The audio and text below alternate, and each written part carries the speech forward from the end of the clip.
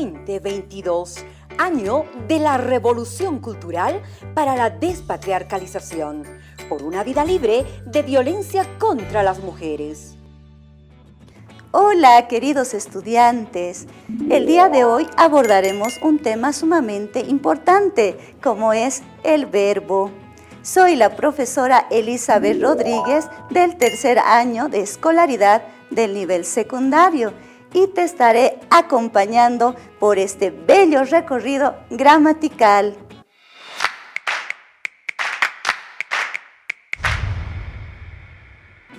Como bien saben, desde que nos despertamos hasta que llegamos a dormir, realizamos una serie de movimientos, ¿ya? Entonces, a esos movimientos en gramática se los denomina verbo. Es por eso que en la clase de hoy avanzaremos sobre eso. Desde el punto de vista semántico, el verbo es una categoría gramatical que expresa acciones, procesos o estados del sujeto. Por ejemplo, observo el camino. Si yo estoy observando el camino, entonces, ¿qué estoy realizando? Una acción. Los ojos van a estar en movimiento, no pueden estar estáticos, ¿verdad? Como una estatua. Al contrario, necesitan movimiento. Prosigamos. El agua está fría. ¿Qué nos da a entender? Un estado, ¿ya? El agua está fría. O podemos decir, mi amigo está enfermo. Entonces, simplemente nos da a entender un estado. Prosigamos. Tenemos el ejemplo, esa pequeña ha crecido, ¿ya? Lo que nos da a entender un proceso de crecimiento. Estamos utilizando el verbo compuesto ha crecido. Desde el punto de vista sintáctico, el verbo cumple la función de núcleo del predicado. No te olvides que es como el corazoncito del predicado. Sin ese corazoncito, el predicado no tendría sentido, no tendría razón de ser. Es por eso que debes tomar en cuenta que cumple esa función. Cuando decimos sintáctico, se refiere precisamente a la función que cumple una palabra. En este caso, ser el núcleo del predicado. Los bomberos apagaron el fuego del incendio. Apagaron es el verbo, ¿ya? Es el corazón, como les había dicho, del predicado. Si no dijera los bomberos, el fuego del incendio, no tendría sentido, ¿verdad? Por ese motivo es que es sumamente importante el hecho de utilizar el verbo apagaron. Desde el punto de vista morfológico se refiere a la forma, la estructura. El verbo admite muchos accidentes gramaticales, ¿ya? Como por ejemplo tenemos tiempo, modo, voz, persona. La persona se refiere a lo siguiente.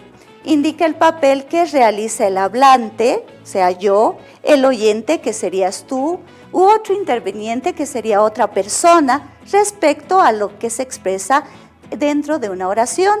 No te olvides, solo existen 3 personas gramaticales. Yo, tú, él o ella, con sus respectivos plurales. Nosotros, vosotros, vosotras, ellos, ellas. Prosigamos. Número. Este accidente gramatical es la forma que toma el verbo para indicar la relación que tiene con un sujeto. Podemos hablar de número singular cuando se trata de una sola persona, como en mi caso. Podemos hablar de número plural cuando se trata de varias personas. El accidente tiempo señala el momento en que se lleva a cabo la acción expresada por el verbo. Por ejemplo, tenemos tiempo pasado, como vemos en la imagen, ya cuando eran pequeños, esa parejita. Posteriormente tenemos el tiempo presente y el que va a venir, el tiempo futuro. El otro accidente es el modo. El modo del verbo manifiesta la actitud del hablante ante lo que dice. Por ello tenemos el modo indicativo. Este modo se refiere a hechos reales. Compro unas manzanas. La acción de comprar está ahí, es un hecho real, no te estás imaginando, ¿ya? En cambio, el modo subjuntivo es algo que no se ha realizado, es una posibilidad. te doy un consejito. Si le colocas esta palabra ojalá, te vas a dar cuenta que se refiere al modo subjuntivo. Ojalá llueva, ¿ya? Por ejemplo, ojalá compre. Compre, yo compre, tú compres, él compre. ¿Verdad que es diferente? No está determinado que ya se está dando o ya se ha dado. Al contrario, es una posibilidad. Tenemos también el modo imperativo, que es una orden. Compra tú, te estoy ordenando. O también te puedo hacer como una especie de ruego o súplica. Tenemos también este accidente denominado voz, que se refiere a lo siguiente, que nos indica si el sujeto ejecuta la acción, que sería en voz activa, o si la recibe la acción. ¿De quién? Del verbo. Por ejemplo, Ana empieza la tarea. Esta está en voz pasiva. Ana empieza la tarea. ¿Ya? Luego tenemos la siguiente, la tarea fue empezada por Ana. Hay una diferencia. Voz activa, la que realiza la acción, voz pasiva, la que recibe. Ana está ejecutando la acción, en cambio en la siguiente oración, al decir la tarea fue empezada por Ana, Ana está recibiendo la acción. También es importante la clasificación de los verbos. Tenemos verbos regulares, que son aquellos que mantienen sus raíces iguales en todas sus formas. Por ejemplo, tenemos el verbo partir, su raíz es part, y en función a ello van derivando las palabras como una especie de raíces, ¿ya? Tenemos part, parto, partes, parte, partimos. Y esa misma base puede servir al verbo amar, por ejemplo, amo, amas, amo, amamos. Entonces se repite am, ¿no es cierto? Esa es la raíz. En cambio, en partir, part. Son verbos regulares. En cambio, los irregulares son los que no mantienen la raíz. Es más, sufren una modificación, una especie, se podría decir de mutación, así como en sus terminaciones y como en su raíz, ¿ya? Por ejemplo, el verbo rogar, ruego, yo ruego, nosotros rogamos, yo rogaré, tú ruegas. ¿Qué sucede ahí? La raíz, como pueden ver, sufre cambios. Rueg, rog, rueg. ¿Ya? Entonces, eso debes de tomar en cuenta al momento de diferenciar estos verbos. También tenemos los verbos copulativos. Son aquellos que sirven de enlace, de cópula, de unión entre el sujeto y un sustantivo o adjetivo. Por ejemplo, tenemos ese niño está contento. Ahí vemos el verbo de enlace, está. ¿A quién está uniendo? A niño, que es un sustantivo, con contento, que es un adjetivo. Tenemos los verbos no copulativos. Son aquellos que por sí solo constituyen un predicado. Por ejemplo, Carmen estudia. Si yo digo estudia, simplemente, ya por ende, es una oración, porque se entiende. ¿Ya? No necesita de otras palabras para poder comprenderse. Por eso es importante que tomes en cuenta verbos copulativos de los no copulativos. Tenemos también los verbos transitivos. Alguna vez has debido escuchar, esa calle es transitable, o sea, podemos caminar, ¿no es cierto? Tranquilamente, nadie nos va a molestar. Igualito con estos verbos sucede. Son aquellos que presentan un objeto directo. La acción que realiza el sujeto recae en alguien o en algo. Por ejemplo, José recita un poema. La acción de recitar no se queda en el sujeto, sale. ¿A dónde? A un poema. Por eso se le denomina a un poema objeto directo, porque sale directamente ¿de quién? Del verbo.